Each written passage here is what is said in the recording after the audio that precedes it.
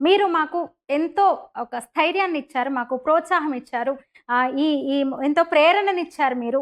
అందుకే పాకిస్తాన్‌ను కుక్కను కొట్టినట్టు కొట్టి మనం విజయం సాధించినమని ఒక కృతజ్ఞత తెలుపుతూ ఆర్మీ ఆ వీడియోని రిలీజ్ చేసింది.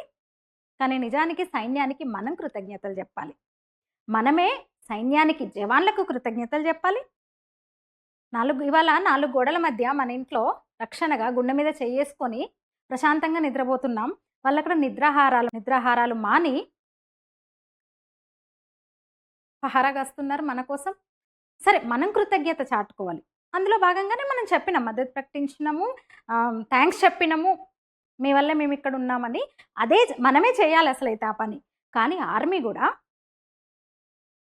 ఆ లేఖల్ని ప్రస్తావిస్తూ, ఆ సందేశాల్ని ప్రస్తావిస్తూ వీడియో రిలీజ్ చేసిందనమాట. నిజంగా ఒక అచంచలమైన విశ్వాసము, మీ మద్దతు, ఆ ప్రశంసలు మాకు కొత్త ఉత్సాహాన్నిచ్చినయి. ఆ సమరోత్సాహంతోనే మేము ముందుకెళ్ళినాం. ఆ ఉత్సాహమే ఆ సమరంలో మేము చూపించినాము అంటూ కృతజ్ఞతను చాటుకుంది ఇండియన్ ఆర్మీ. ఆ కృతజ్ఞతను వ్యక్తం చేసింది. వాళ్ళలా చెప్పారు గానీ కృతజ్ఞత మనకుండాలి. మనం కృతజ్ఞత చెప్పాలి వాళ్ళకి. నిజంగా కూడా ఆ వీడియో దేశభక్తిని, మన ప్రైడ్‌ని, వీరత్వాన్ని, స్ఫూర్తిని ప్రతిబింబించేలా ఉంది. ఆర్మీ ధైర్య సాహసాలను ప్రశంసిస్తూ నిజంగా ఎంత బాగున్నాయో. అందరూ చాలామంది అందులో సోషల్ మీడియా యాక్టివిస్టులే ఎక్కువున్నట్టున్నారు.